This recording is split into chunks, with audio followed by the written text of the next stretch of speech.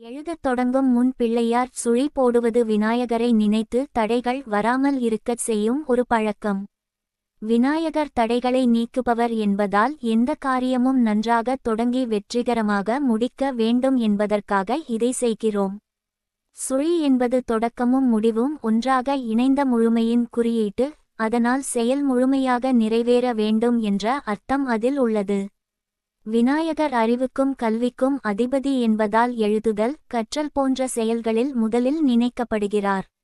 எல்லா தேவர்களும் எந்த காரியத்தையும் தொடங்கும் முன் அவரை முதலில் வணங்கியதாக புராணங்கள் கூறுகின்றன. அதனால் தான் விநாயகர் முழுமுதல் கடவுள் என்று அழைக்கப்படுகிறார்.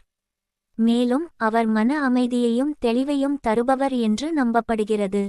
அவரை நினைத்து தொடங்கும் செயலில் கவனம் அதிகரிக்கிறது. கல்வி, தொழில், வழிபாடு என எல்லா துறைகளிலும் அவர் முன்னணியில் இருக்கிறார்.